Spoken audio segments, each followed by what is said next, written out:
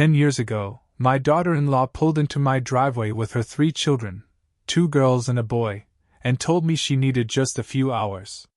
She said she had errands, that she'd be back by dinner.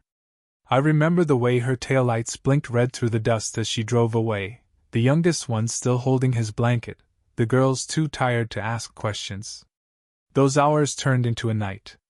That night turned into a week. And the week turned into 10 years. I raised them with my own 2 hands, not because I had a choice, but because love isn't something you weigh, it's something you carry. And now, after a decade of silence, she's back.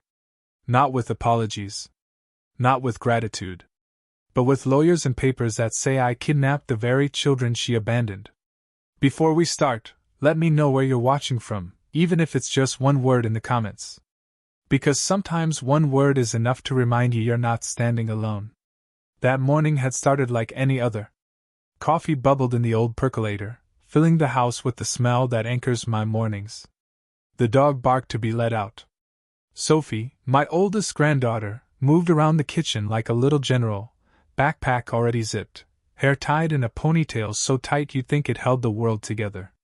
Hannah, the middle one, sat at the table doodling in the corner of her math worksheet, humming softly the way she always did when she wanted to disappear into her own quiet world. Jacob, the youngest, stormed through the hallway with one shoe on, yelling that someone had hidden his baseball glove again, though it was almost always under his bed. I loved that noise. After losing my son years before, I thought the house would always stay quiet, too quiet. But the sound of 3 kids running late, arguing over toast, asking for lunch money, it made the old farmhouse feel alive again. They had become my life. Not grandchildren I spoiled now and then, my children in every way that counted. The morning rhythm broke when the mail carrier pulled into the driveway. She stepped out with a heavy envelope in her hand, the kind you know isn't a bill or a letter from an old friend. She asked for my signature, her eyes soft with something like pity. I scribbled my name, and she walked away while I stood on the porch with the weight of that envelope already pulling my chest tight. At the table, I tore it open. The words glared up at me. Petition for custody modification. Petitioner, Claire Whitmore. My daughter-in-law. A decade gone, and now accusing me of unlawfully keeping her children. Words like kidnapping. Words like interference. Words so sharp they made me grip the table to stop my hands from shaking. I looked up at the ceiling where Jacob's ball kept thumping into his glove. I looked at the drawings taped to the fridge. I looked at Sophie's careful handwriting lined across her homework, Hannah's doodles creeping into the corners. These kids had spent 10 years calling this house home. 10 years building a life out of laughter and school projects and late-night fevers. And now Claire wanted to rewrite all of that with one stack of papers. I walked into my study and pulled down a folder I hadn't touched in years. Inside was a single letter in Claire's hand. The letter she left the morning she disappeared, when she thought abandoning them would somehow be mercy. She wrote that she couldn't be the mother they deserved, that grief had hollowed her out, that they'd be safer with me. They're yours now, Grant, she wrote. The ink was pressed so hard it bled through to the back. I'd carried that letter like a stone in my pocket for a decade, but I'd never shown it to the children. I couldn't bear them knowing their mother had surrendered them so plainly. Now, that letter might be the only thing keeping them safe. That night, I tried to pretend it was an ordinary evening. We ate dinner, Sophie reminding Hannah to clear her plate, Jacob arguing about bedtime. But Sophie was too sharp not to notice. She leaned against the doorway when the dishes were done, arms folded across her chest just like her father used to stand. "What's wrong, Grandpa?" she asked. "Nothing for you to worry about tonight," I said. My voice came out too flat, too quick. Her eyes narrowed, seeing more than I wanted her to. Hannah's voice, soft as a breath, floated across the table. "Did Mom send something?" Jacob kept tossing the ball into his glove, rhythm steady. He didn't say a word, but his silence was louder than theirs. I wanted to shield them for one more night, but peace was already gone. The next day, Claire called. She told me to meet her at the diner in town. Against my better judgment, I went. Maybe I needed to see her face again, to make sure she was real and not just words on paper. She was sitting at a booth near the window when I walked in, a cup of coffee in her hands, her hair neat, her clothes sharp. She looked like someone who'd worked hard to scrub her past clean. "John," she said, smiling faintly, as if 10 years had been nothing more than a season. "Claire," I answered, sliding into the booth. My hand wrapped around the mug the waitress set in front of me before it was even full. She didn't waste time. "I want my kids back," she said. "We can make this easy, or we can make it hard." The laugh that broke out of me wasn't kind. "Easy? You think this is easy? Walking away from your own children for 10 years and then deciding they're yours again?" Her eyes flickered, but her smile stayed tight. She leaned forward. "You think raising them makes them yours? You think you're anything more than a placeholder? They don't belong to you either," I shot back. "Not after you left them like luggage on my porch." Her expression hardened. "The court will see it differently." Then she slid a piece of paper across the table. It wasn't a legal document this time. It was a demand. $400,000. My stomach lurched. "You're trying to sell your own children?" "I'm trying to take back what's mine," she said, her voice quiet, almost soft, as if saying it gently could make it less cruel. I pushed back from the booth, leaving a few crumpled bills for the untouched coffee. "You don't get to walk away for 10 years and then buy them back with threats. Not now. Not ever." I walked out into the bright afternoon, the sound of the diner door slamming behind me. For 10 years I thought we were safe, that she'd disappeared for good, that our scars had been enough to keep her away. But I understood now. Those 10 years had only been borrowed time. The real fight had just begun. The morning after that diner meeting, I stood in the kitchen with the custody petition spread out across the table, the words blurring and sharpening like the paper itself was breathing. I poured a second cup of coffee even though the first was still half full and gone cold. The kids clattered around upstairs, Jacob thumping down each step like he was in a race, Hannah humming the same little tune she always does when she's nervous, Sophie asking if anyone had seen her sweater. Life carried on, as if the ground hadn't just shifted beneath us. But I knew the day had to change. I couldn't face this storm alone. By mid-morning, I drove into town. The streets were waking up slow, shop doors opening, the scent of fresh bread drifting from the bakery. I parked in front of the hardware store, climbed the narrow stairs above it, and stood outside the frosted glass door with the plain lettering, R. Reynolds, Family Law. Inside, the office was simple, worn in the way of places where work gets done. A plant leaned toward the window like it was doing its best, and the books on the shelf had that used look that told me they'd actually been opened. Behind the desk sat Rachel Reynolds, mid-40s, sharp eyes that didn't need makeup to look awake. She stood and shook my hand firmly, no decoration, no drama. "Mr. Halpern?" she asked. "Call me John," I said, sitting when she gestured. She didn't start with pity or small talk. She slid a legal pad closer and clicked her pen. "Tell me everything." So I did. I told her about Claire pulling out of the driveway 10 years ago with promises of just a few hours. About the kids growing up under my roof, Sophie's first spelling bee, Hannah's sketches taped to the fridge, Jacob breaking his arms sliding into second base.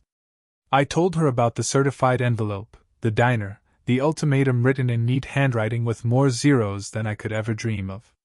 I told her about the letter Claire had left the day she disappeared, folded and refolded until the creases had nearly split. When I slid that letter across her desk, Rachel put on thin gloves before picking it up. She read it slowly, her eyes moving line by line like she was letting the weight of it settle into her bones. "This," she said finally, "isn't just paper. It's context. It's history. It's your good faith in raising those kids." "It's also her words," I said, my throat tight. "And I never wanted the kids to carry them." "You don't have to show them yet," she said softly. "But the court needs to see them. It's the kind of truth that matters." She set the letter gently aside and tapped her pen against her pad. "We'll need affidavits. People who've seen you parent, who can speak to the stability of the kids' lives." Teachers, doctors, neighbors. We'll need medical records, school reports. Paperwork matters, but witnesses matter more. They'll want to see that love leaves a paper trail. I nodded, though my chest tightened. I wasn't used to thinking of love as something you could prove with signatures. But if that's what it would take to keep them safe, I'd gather every scrap. And Claire? I asked. What does she have? Rachel's jaw flexed. She has 2 years of sobriety she'll present like a trophy. She has an apartment with working smoke detectors and a job at the grocery store.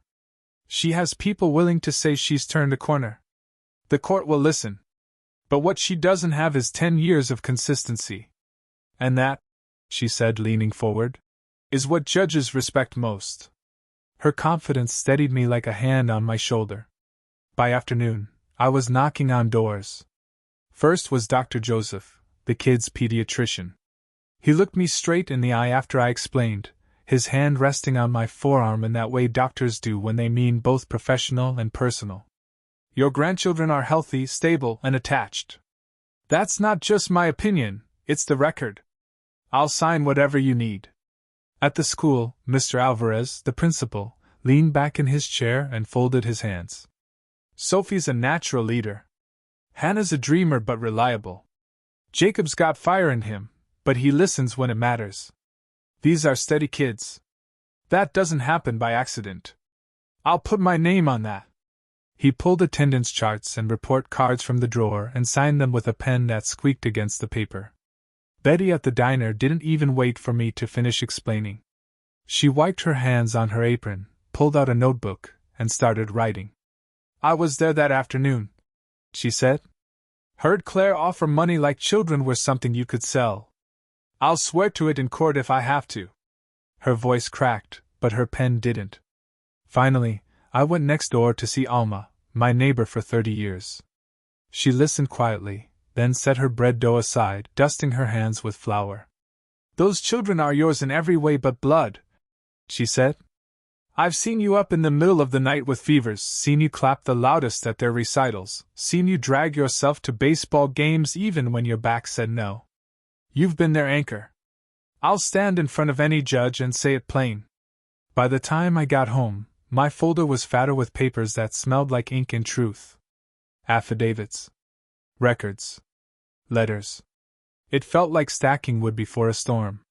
Not enough to stop the wind, but enough to make you believe you had a fighting chance. That night, after dinner, I sat the kids down at the coffee table. My heart was a hammer in my chest. They were sprawled like always, Sophie with her legs folded neatly, Hannah curled with a pencil in hand, Jacob tossing his ball absent-mindedly into the air. Your mother, I began, the words catching. She's filed papers. She wants custody. Silence spread, heavy and sharp. Sophie's jaw clenched. She left us, she whispered. She doesn't get to come back and call it hers. She was hurting, I said gently, because both things were true. But this is our life now, and what you want matters. Jacob's ball thudded into his glove. I'm not going anywhere. Hannah's eyes stayed on her sketchbook. After a long pause, she said, Can we meet her and still stay here? I swallowed hard. That's what I'm going to fight for. That you have a choice. That this stays your home. Sophie leaned forward, her eyes fierce. What do we need to do? Just keep living, I said, my voice breaking. Let me carry the rest. After they went upstairs, I sat at the table with the folder of affidavits spread around me. Each signature was a piece of proof. Each paper was a shield. I reached into my jacket pocket and pulled out Claire's letter. The folds were soft from years of being opened and closed, the ink faded but still sharp. They're yours now, it said. I pressed it flat on the table, my hand on top of it, and whispered to the empty room. Not by choice, but by love. And that's the only thing that counts. The house settled around me, the pipes humming their low hymn. Outside, the night held still. And inside, for the first time since the petition arrived, I felt like maybe, just maybe, we weren't standing alone. The next few days blurred together like a storm seen through rain-streaked glass. Every time the phone buzzed, my chest tightened, half expecting another ambush. But Rachel, my lawyer, didn't let me drift. She sent lists, tasks, and reminders that kept me steady. "A case is a story," she'd said. "And we're going to make sure the judge hears the truth of yours, not the fiction Claire's counsel will try to spin." Part of telling that story meant knowing what we were up against. Rachel recommended someone she trusted, a private investigator named Ray Delgado. He wasn't flashy, no trench coat or fedora, just a man who'd spent years in law enforcement before setting up shop in a modest office near the county line. When I met him, he was pouring black coffee into a chipped mug, his posture relaxed but his eyes sharp as a hawk's. "Mr. Halpern," he greeted, shaking my hand with a grip that said he was paying attention. "Rachel tells me you need someone to do quiet work. That's my specialty." I explained everything: the petition, the sudden reappearance, the offer of money, and the threats. Ray listened without interruption, then set his mug down with a soft thud. "I don't chase ghosts," he said, "but I do follow paper trails and people who leave footprints where they shouldn't. I'll dig around: employment records, lease agreements, any connections worth noting. If there's anything off in her story, we'll find it." There was no bravado in his tone, just calm certainty. For the first time since Claire reappeared, I felt like someone besides me was keeping watch. That evening, after the kids were asleep, I sat at the kitchen table with the briefcase open, arranging the growing stack of affidavits, medical records, and school reports. I placed Claire's old letter on top, its red evidence tab like a wound that hadn't healed. The house was quiet except for the creak of the old refrigerator, and the faint sound of Jacob's baseball hitting his glove upstairs, a rhythm that grounded me. The next day, Ray called. "I've got something," he said. We met in the parking lot behind the library, away from curious eyes. He handed me a manila envelope, its flaps sealed with tape. "Photos, documents, some names you'll want to pass along to Rachel." Inside were printouts: Claire standing near the school fence, talking to a woman in a county windbreaker, child services, most likely. Another photo showed her outside a downtown building, speaking to a man whose suit looked like it belonged in a courtroom. On the back of each print, Ray had written neat notes in block letters: Graham Whitford, associate at Whitmore and Crane. Has been seen with Claire multiple times.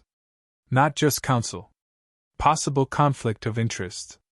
I frowned, flipping through the stack. "He's her lawyer?" Ray nodded. "Officially. But unofficially? He's showing up everywhere she does.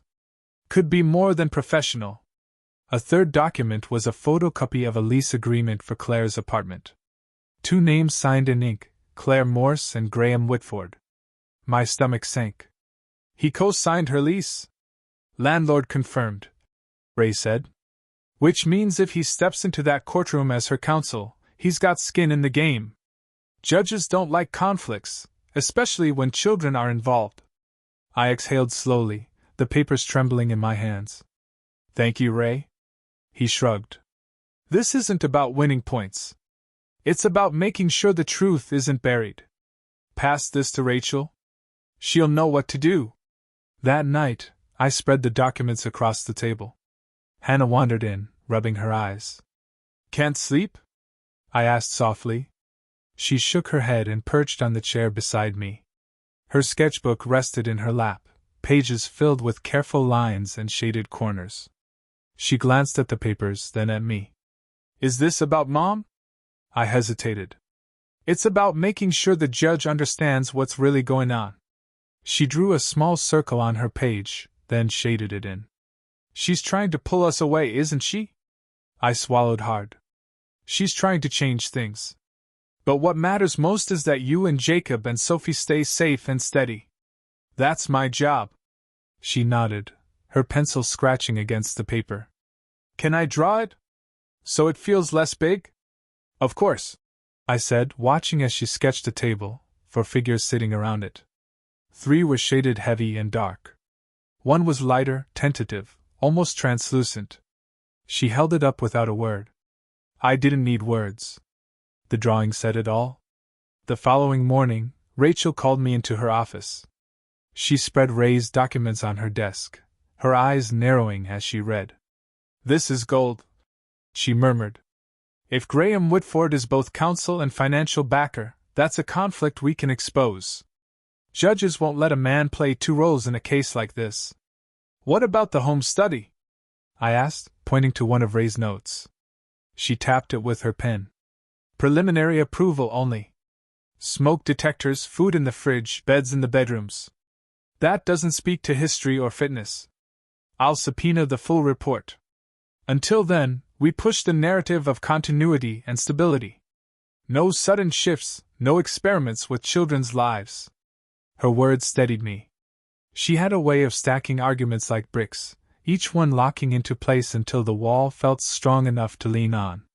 By afternoon, more affidavits rolled in. Dr. Joseph's statement, written in calm, clear sentences, said the children were thriving in my care, healthy, secure, and attached. Betty's handwritten note tilted uphill, full of indignation and memory. Alma's was firm, steady as fence posts sunk into earth. Mr. Alvarez's charts and attendance records painted a picture of 3 children with roots planted deep. Every page was proof, every word a shield. That evening, after dinner, I gathered the kids again. Sophie perched with her arms crossed, Jacob tossed his ball higher and higher, Hannah sketched in silence. I explained that the court would want to hear from them, maybe not directly, but through their school, their doctor, their neighbors.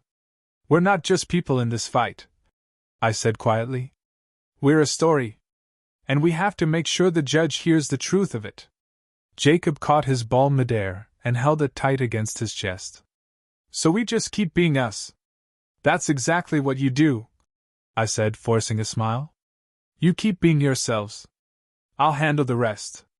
Sophie studied me with sharp eyes, older than her years. "And if she tries to spin it? Then we remind the court of what's real," I answered.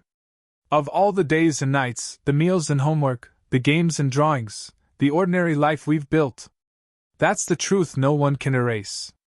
For a moment, the room was quiet except for the tick of the clock. Then Hannah slid her sketch across the table.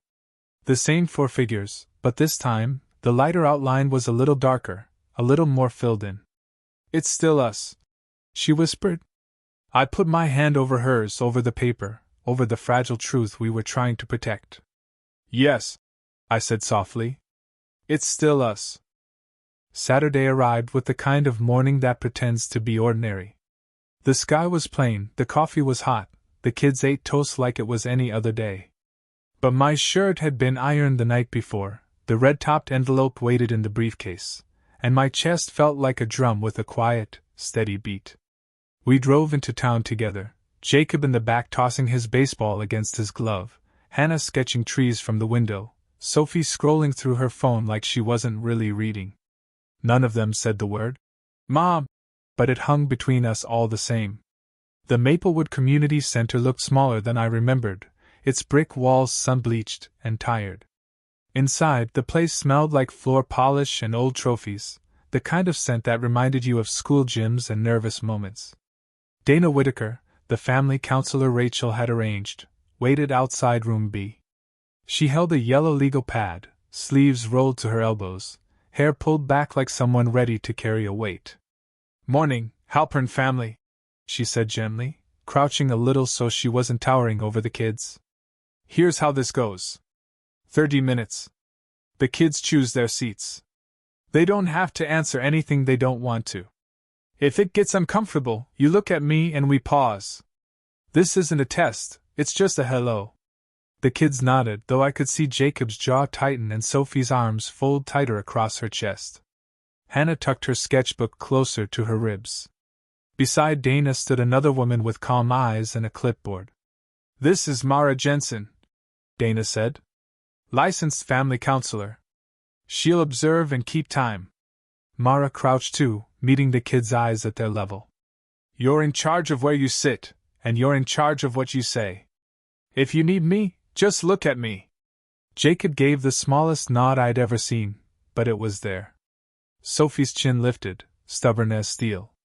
Hannah whispered, "Okay." Inside, room B was beige on purpose.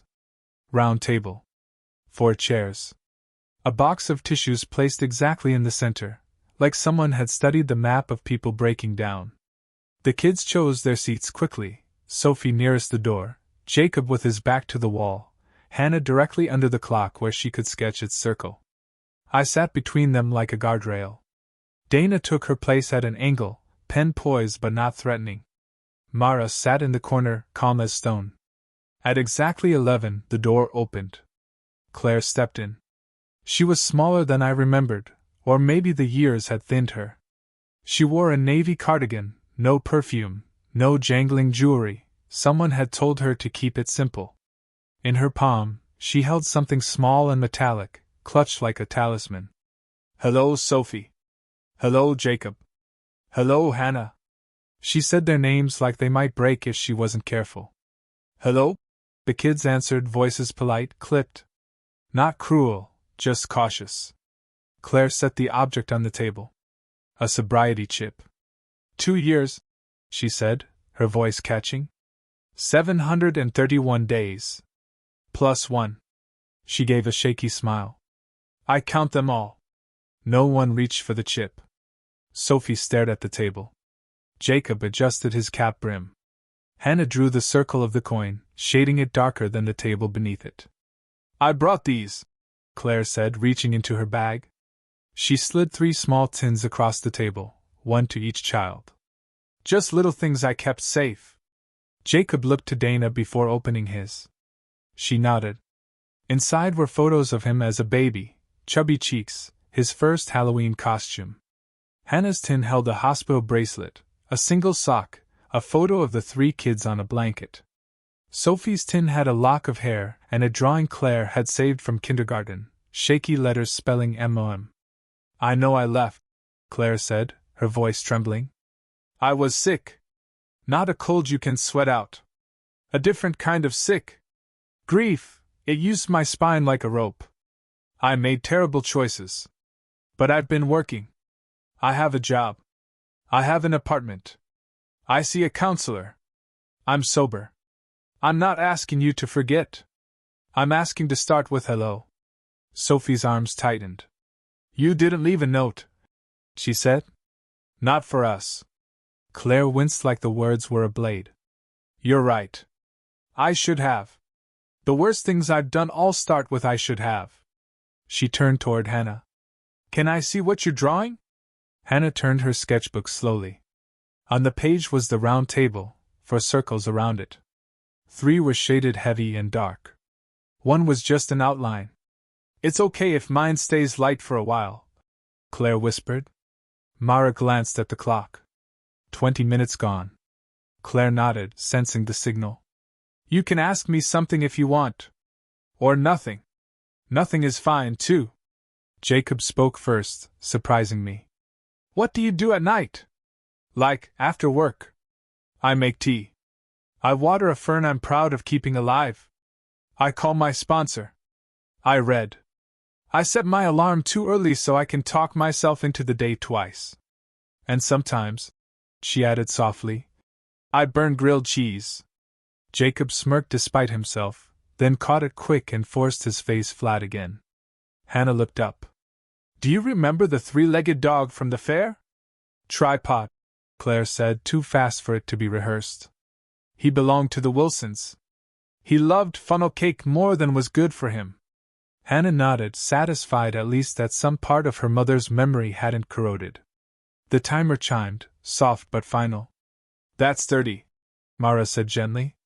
We'll stop here. Claire didn't push. She didn't grab. She gathered the small tins back into her bag but left the chip on the table. Thank you for seeing me, she said, her voice a thread. I'll be here, slow, whenever you're ready. The kids stood together, a small clump. They didn't look back, but they didn't run either. And that, I thought, was its own kind of victory. In the hallway, Ray Delgado leaned against the bulletin board like he belonged there. His denim jacket was worn, his boots clean. He lifted a manila envelope. Got something you'll want, he said. Didn't trust texting. I sent the kids for juice from the vending machine, 2 each. They darted down the hall, glad for the excuse. Ray slid the envelope into my hand. Photos.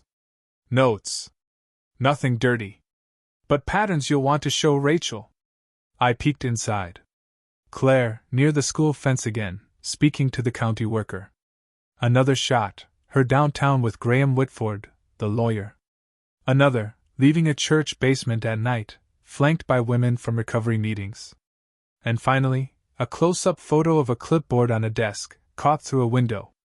Department of Children and Families. Home study preliminary approval. Date 3 weeks ago. My stomach dropped. Approval? I asked too loud. Preliminary, Ray said. Check boxes, fire alarms, beds, food in the fridge. Nothing about history. But judges like stamps. I folded the envelope closed, its weight growing heavier in my hand. Thanks, Ray. He tipped his head, then walked off, vanishing into the hum of the community center.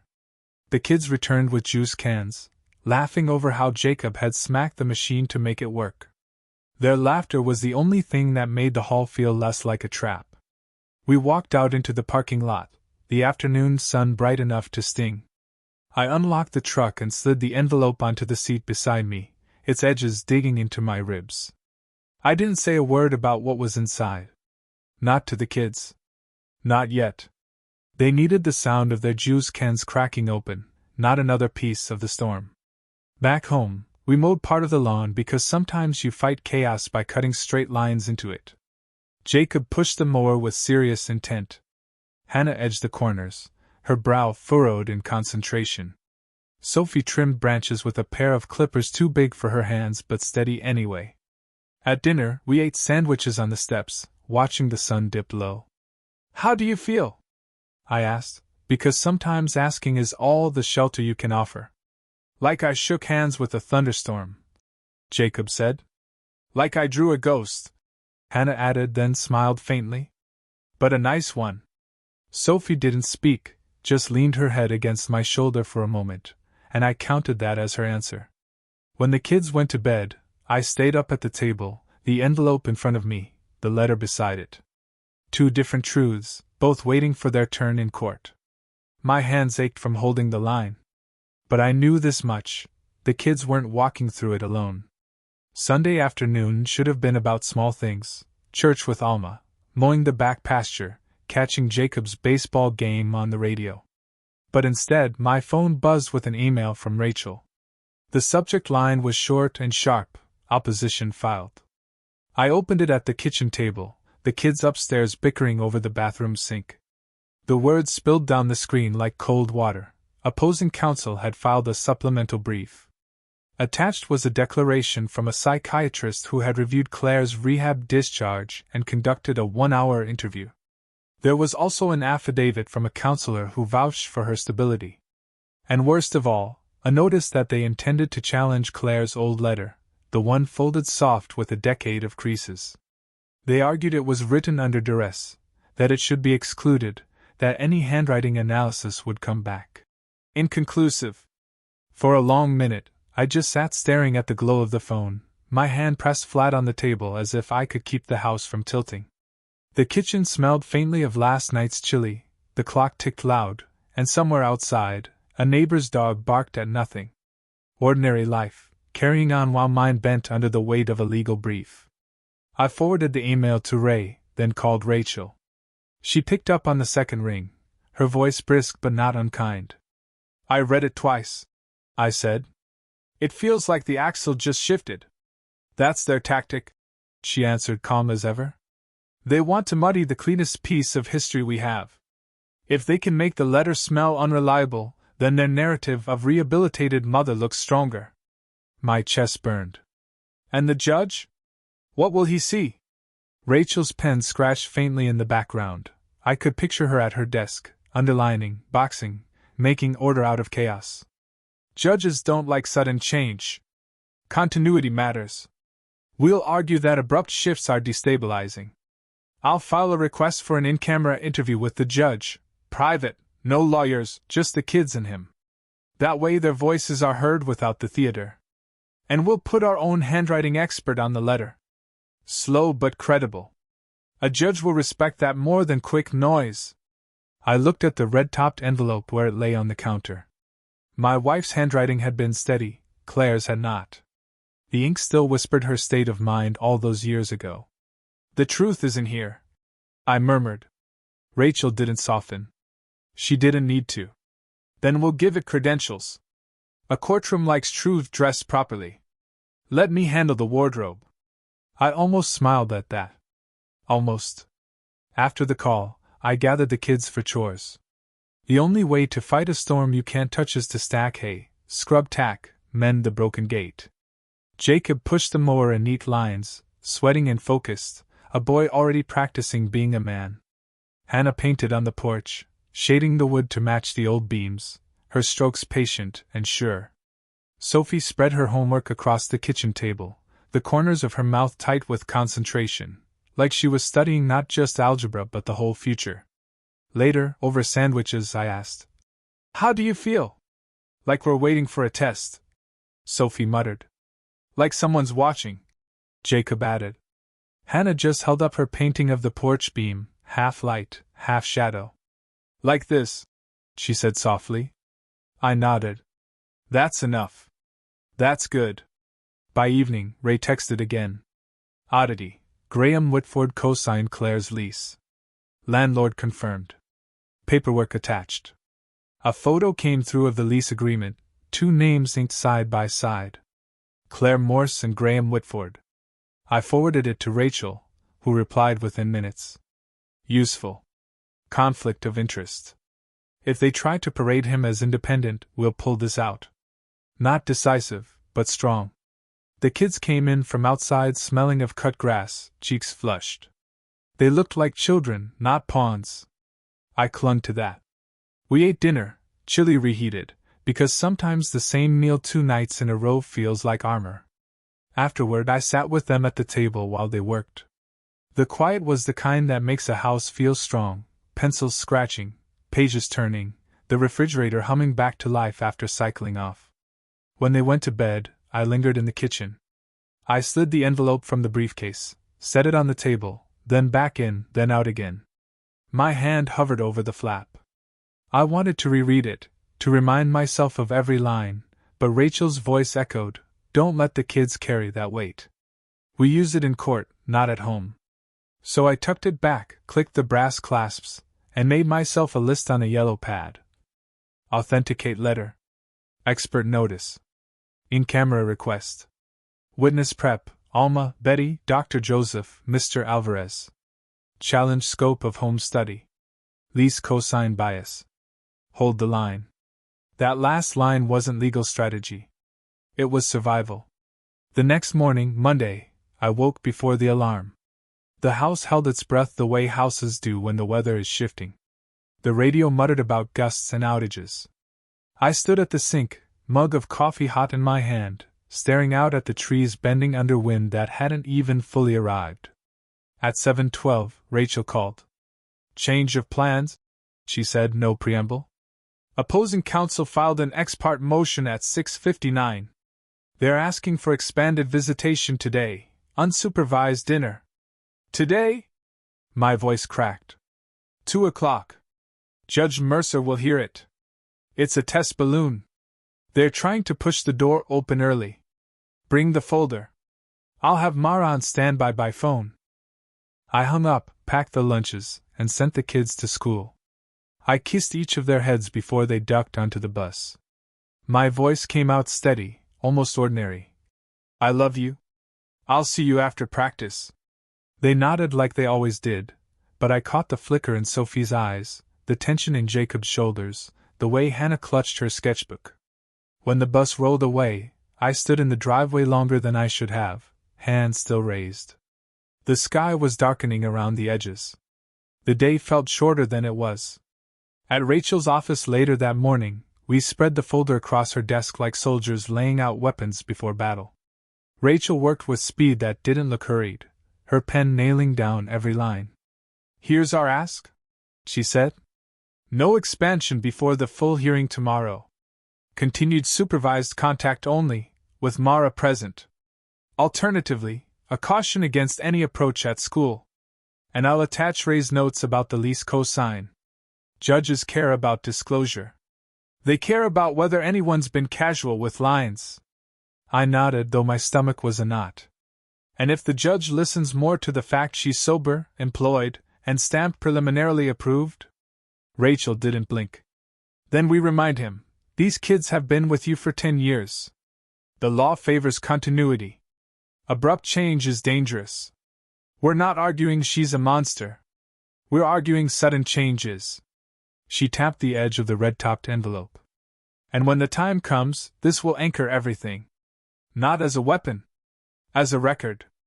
I pressed my palm against the envelope. The ridges of the clasp bit into my hand like braille. The truth is in here, I thought. At 1:45, we walked across slick courthouse steps under a spitting rain. Claire stood under the awning with Graham Whitford, his suit immaculate, chin lifted like the weather offended him. I looked straight at him. He looked back, steady as a blade. The storm was here. And I had to be ready to hold the line. The courthouse smelled like paper, polish, and nerves. I'd been here before for jury duty, traffic fines, the kind of business that barely dents a life. But this time the walls seemed taller, the ceilings heavier, as if the place knew it was about to press its thumb on my family. Judge Mercer sat at the bench, silver hair neat, glasses perched halfway down his nose. He looked the way you want a judge to look, impatient with theater, steady with words. He read through the motions in front of him like they weren't strangers. Rachel spoke first. Calm, deliberate. Your Honor, yesterday's visitation was supervised, brief, and thoughtfully structured. Expanding to unsupervised dinner less than 24 hours later would be premature. The children have lived with Mr. Halpern for 10 years. Continuity is essential to their well-being. We respectfully ask you to maintain the current arrangement until tomorrow's full hearing. Graham Whitford stood, smooth as an advertisement for himself. His suit looked expensive enough to buy a truck, and his voice carried like he believed everyone should agree with him before he finished speaking. Your Honor, my client has been sober for over 2 years. She is steadily employed, stably housed, and recently received preliminary approval in a home study. The children responded well yesterday. We asked the court to allow them a simple dinner, unsupervised, ordinary, healthy for rebuilding family connection. Rachel raised her hand slightly, and Mercer gave her the nod. There's no record before the court of how the children responded, she said evenly. We can provide testimony from Ms. Mara Jensen, a licensed family counselor who observed the visit. And, Your Honor, preliminary does not mean conclusive. It means checkboxes. It does not erase 10 years of stability. Mercer steepled his fingers, removed his glasses, then set them back on again, a rhythm of thought he seemed to trust. Mr. Graham Whitford, he said. Are you the same Graham Whitford who co-signed Ms. Morse's lease? A pause. Too long. Yes, Your Honor. That creates a potential conflict. Mercer said, his voice mild but carrying steel. If I find that arrangement relevant, you may be required as a witness, which would preclude you from continuing as counsel. For now you may proceed, but disclosure will be required. Graham Whitford nodded, jaw tight. He didn't like being called out. I hid a flicker of satisfaction in the fold of my hands. Mercer dialed Mara into the courtroom, her voice crackling slightly through the speaker but steady all the same. The children were polite, guarded, and appropriate, she said. They showed curiosity, but not distress. Supervised contact is suitable. I recommend maintaining structure and not expanding until further evaluation. Her testimony was short, clinical, and deeply human. When she hung up, Mercer ruled with his glasses perched low again. The motion to expand to unsupervised dinner is denied, he said. My lungs finally remembered how to draw breath. However, I will order one additional supervised hour this evening at the community center with Ms. Jensen present, to allow continued contact without destabilization. No contact at school. No approach at the residence. We will address the matter fully tomorrow. His gavel didn't crash, it simply landed. But it felt like thunder anyway. We filed out under the courthouse's heavy doors into rain that had finally made up its mind. Claire stood with her arms wrapped around herself, her cardigan dark with water, her face unreadable. She didn't look at me, and maybe that was kindness. Graham Whitford checked his watch as if time worked for him. Rachel touched my elbow as we stepped into the storm. "That's a win," she said softly. I nodded, though my jaw was tight. Wins in court never feel like grace, they feel like survival. Back at the truck, my phone buzzed twice. First from Officer Ben Carter, heads up. False calls spike before hearings. We'll filter, but call me if you get a visit. Then from the power company, weather advisory. Outages possible this evening. Warnings, both of them. One polite. One practical. Neither made me feel steadier. By 5 o'clock, the sky had gone green at the edges, the kind of color that makes your bones remember tornado drills. We drove to the community center. Mara set the timer. I set my jaw. The visit was thinner than the first. Claire tried, gentler voice, small questions, but courage doesn't replenish overnight. The kids responded politely, cautiously, as though they'd been given a homework assignment and were determined to do just enough. Ethan, stiff in his chair, hat brim shadowing his eyes, spoke little, but his silence wasn't hostile. It was defensive. Sophie fiddled with the bracelet on her wrist, answering politely and little more. Hannah drew on her sketchbook, the curve of a window and the rain sliding down its glass, shading carefully as though control could be captured in lines. When the timer chirped, Claire surprised everyone by asking Mara, not me, if she might someday be allowed to drive the kids home from a visit. That's for the court, Mara said firmly. Then, softer, we're in the business of building ordinary, but we build it brick by brick. Out in the lot, the storm found another gear. The wind shoved at us, urgent and hard. By the time we turned down the country road toward Alma's farm, branches littered the ground like bones. A tree limb big as a man lay across the lane near her mailbox. Hazards on, we climbed out. Ethan's shoulders squared against the rain, and he and I shoved the branch to the ditch while Sophie held the flashlight steady and Hannah pointed where we needed to see. 3 kids and an old man, making stubbornness into survival. When we finally reached the house, the walls seemed to sigh at our return. 10 minutes later, the power snapped off. The refrigerator coughed, then went still. There it is, I muttered. The guest that always arrives empty-handed. The kids groaned, but then got to work. Candles, the big flashlight, the radio with its crank, the quilt from the couch. They'd learned from me that you don't panic when the lights go out. You get busy making the dark less dark.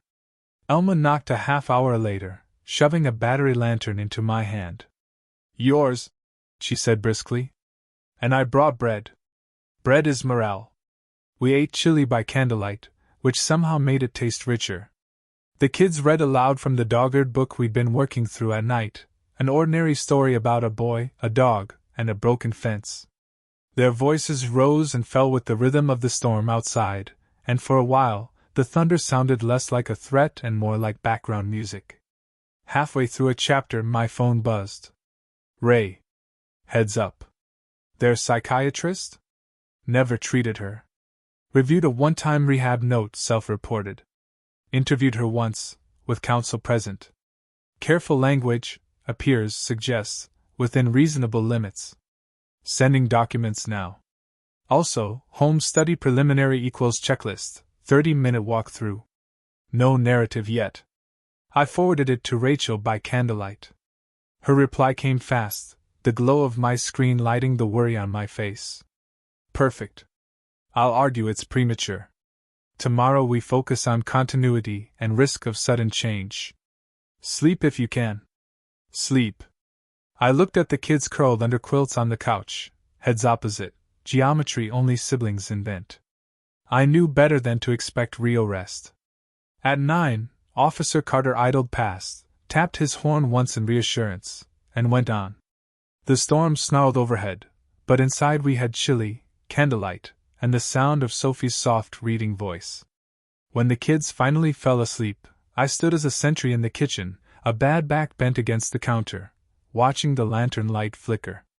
The storm outside raged, but inside the house, we made small, stubborn order. And I promised myself, Come tomorrow, I'd walk into that courtroom with the folder, the letter, and the truth. Not to punish. Not to wound. But to hold the line. Tuesday morning came too early and too quiet, the kind of morning that presses on your chest before the sun even rises. I made pancakes because nerves need something solid. Ethan pretended he wanted a third, Sophie drowned hers in syrup like abundance was a shield, and Hannah ate slow, eyes already lost in whatever sketch she'd tucked into her lap.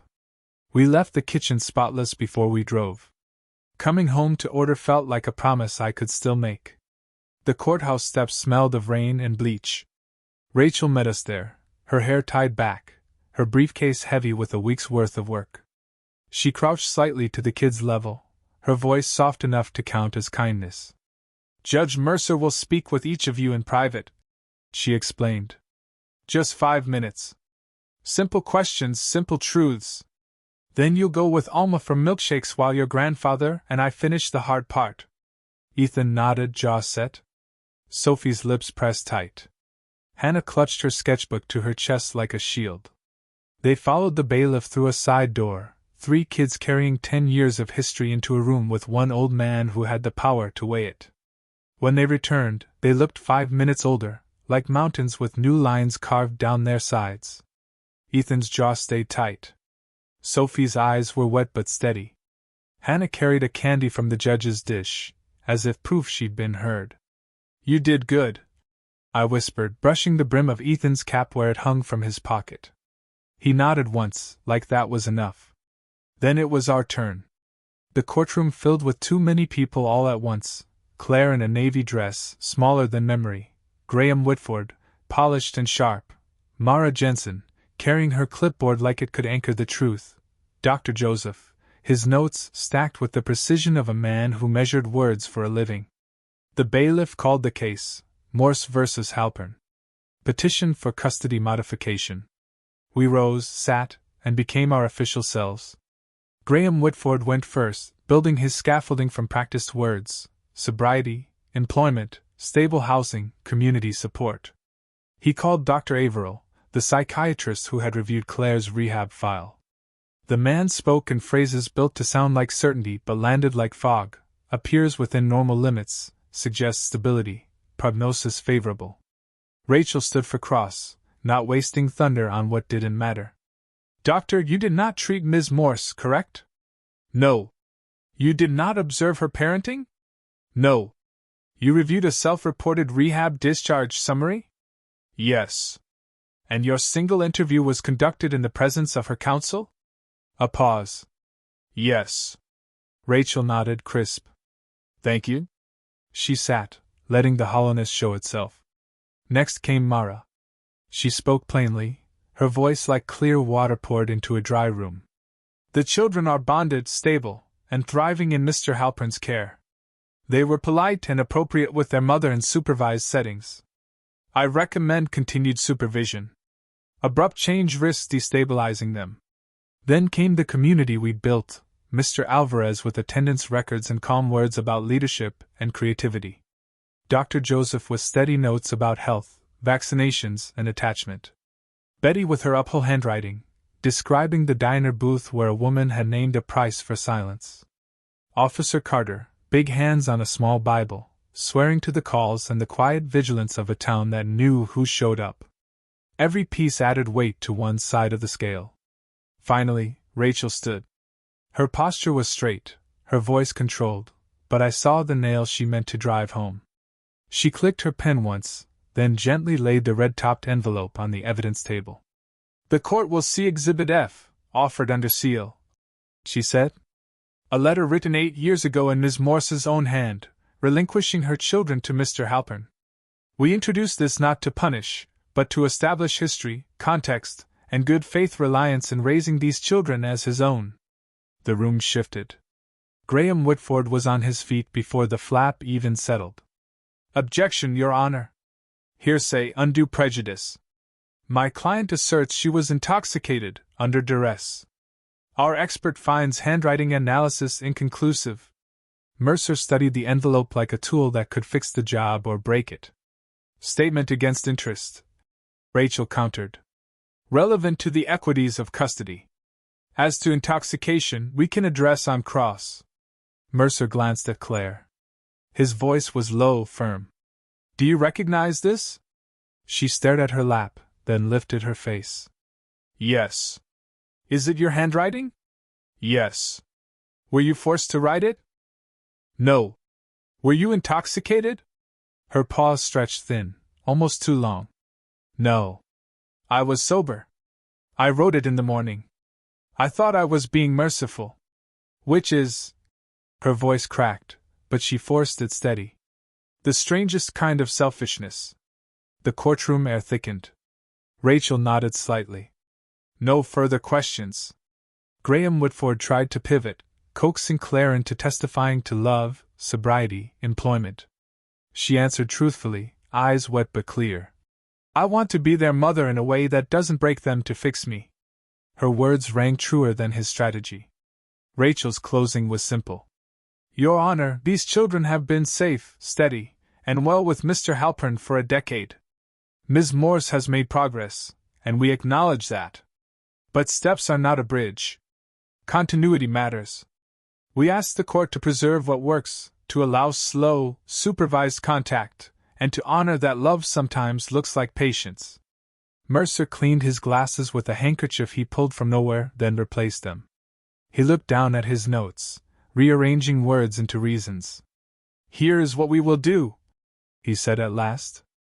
The petition to modify custody is denied. The children's best interests are served by remaining in Mr. Halpern's primary care.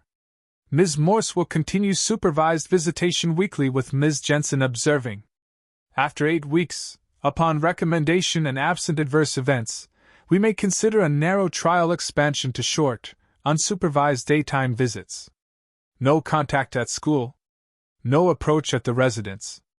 All communications through counsel. His gaze flicked to the envelope. The court does not base today's ruling on it alone. But its existence and Ms. Morse's testimony about it establish history Mr. Halpern reasonably relied upon. It will remain under seal. He turned to Whitford. Mr. Graham Whitford, your conflict regarding the lease is noted.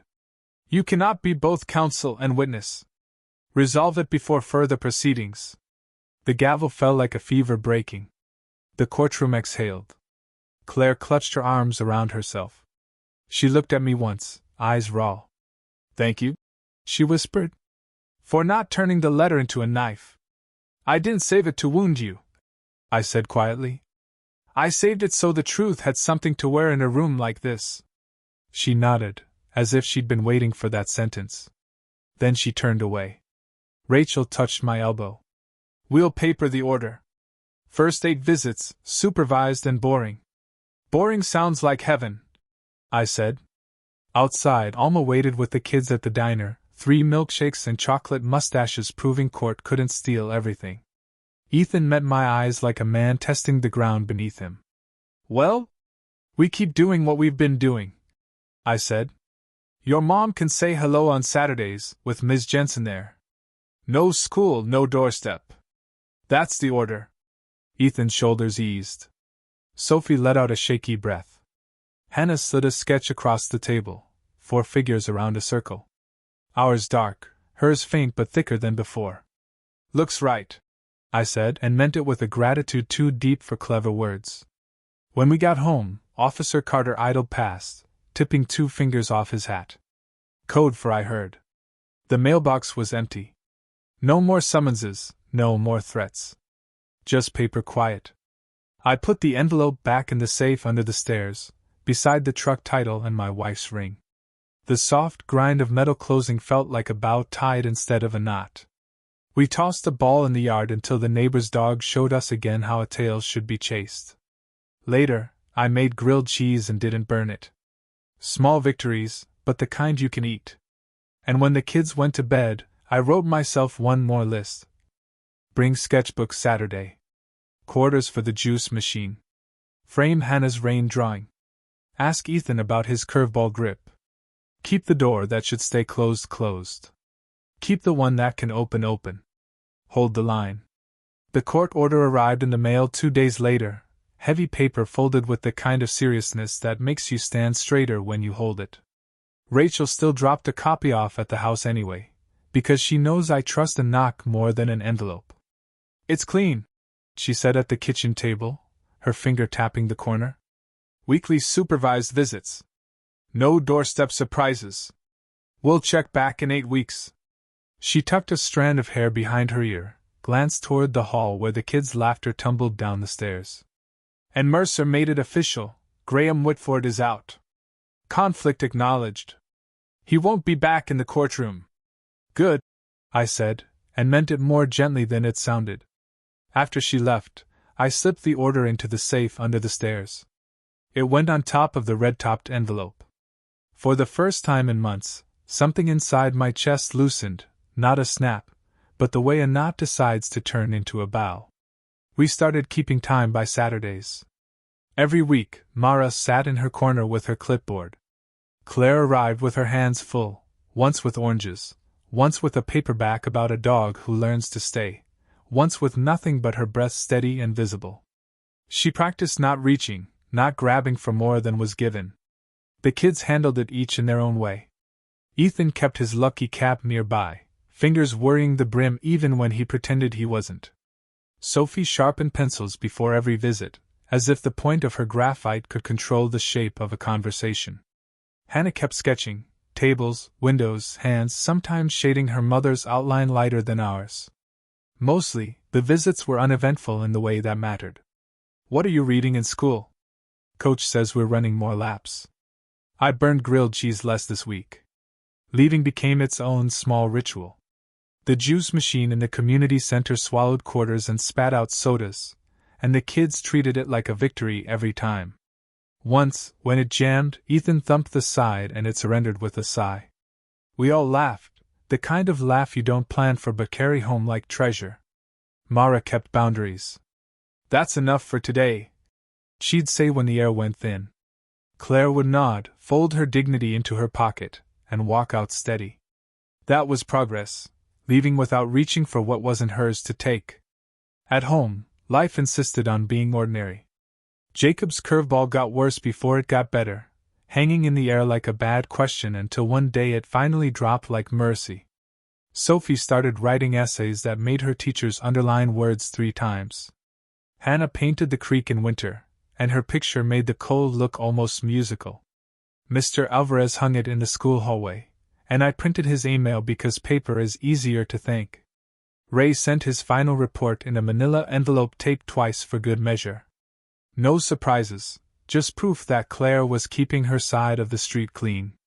Meetings logged, job steady, rent paid. At the bottom, in his square hand, he'd written, "She's working at it. You've kept the boys steady. That counts." Officer Carter stopped by one Thursday under the pretense of returning a casserole dish he'd never borrowed. He leaned on the porch post like it owed him rent. "Storm season's easing," he said, which meant more than weather. By week 3, Mara quietly added 2 minutes to the visits. By week 5, Claire asked if she could bring a board game. Ethan shook his head politely, said, "Maybe another time. Kindness, even when guarded, counts as progress." We got through the first parent-teacher night with 2 chairs and 1 story. Teachers said the things teachers say when they want you to feel the weight of their words. They're good kids. They're steady. You're doing right by them. I said thank you, and meant it, and also knew we'd keep needing the same things we always did: patience, gas money, time. Life hummed along. The old corn cleaner broke down, demanded my back and my curses to coax it back to life. The neighbor's dog perfected chasing nothing like it was a full-time job. Betty at the diner put a court burger on the menu and pretended it wasn't about us when she offered extra pickles. Halfway through the 8 weeks, Judge Mercer asked for brief updates. 2 pages, no theater.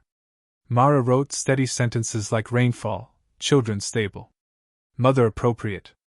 Recommend continued supervision. No abrupt change.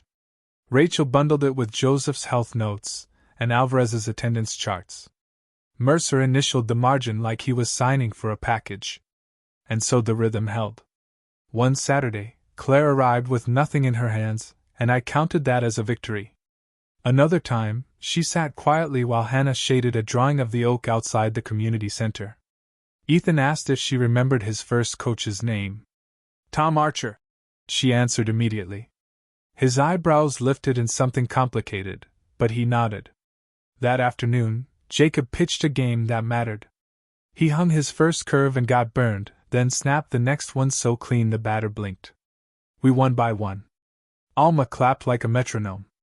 Betty passed down a jar of pickles like communion. Officer Carter leaned against the fence, pretending to talk storm drains with the county guy. And though I didn't look, I knew Claire was somewhere in the crowd, and for once it didn't tear me apart. By the 8th Saturday, Mara recommended a 30-minute walk in the park, supervised but looser. Mercer initialed again, and suddenly the future had a new thread. We told the kids over spaghetti. Same rules, I said. You set the pace. If you don't want to, we don't. If you do, we try it. If anything feels wrong, we stop and go for milkshakes. Ethan twirled a noodle like it owed him rent. We can try. Sophie nodded without lifting her chin. Can I bring my sketchbook? You can bring a wheelbarrow if you want, I said. Nobody's grading this. The day came dressed in sunlight pretending to be spring. Mara walked a half-step behind, clipboard tucked under her arm. Claire stood by the oak, practicing calm. The kids chose the short loop by the creek. I stayed back. Sometimes love is presence without looming. I watched Ethan talk with his hands the way his father once did, Sophie tuck her pencil behind her ear like a flag, Hannah sketched the oak as if truth were its own testimony. They came around in 22 minutes. Nobody cried. Nobody forced anything. Mara gave a small thumbs up. Claire left steady. At home, we split sodas from the machine anyway, even though we hadn't been there. Tradition, Ethan said. That night, I made soup that wasn't chilly, to prove we had more than one setting. Alma dropped off bread still warm. The kids laughed at frogs in the pond. Rachel sat at the kitchen table, read Mara's note aloud. Visit went well. Recommend repeating in 2 weeks. No further expansion at this time. This, she said, sipping my too-strong coffee, is the work. Boring, steady, patient. A door, not a drawbridge, I said. Exactly. Later that week, there was a knock at the door, not trouble, but a decision. Claire stood with Mara beside her, an envelope in hand. I wanted to hand this to you, not mail it, she said. Her voice trembled but didn't break. Inside was a single page, handwritten in simple nouns and verbs. Grant, please keep the old letter. Don't bring it to court again unless you must. I don't want to live under it. I want to live up to something else. Thank you for raising them. Thank you for not making me a ghost. I folded it carefully, slid it into the safe, not with the red envelope, but beside birth certificates and the receipt for Jacob's first cleats. Some proof belongs beside beginnings, not battles.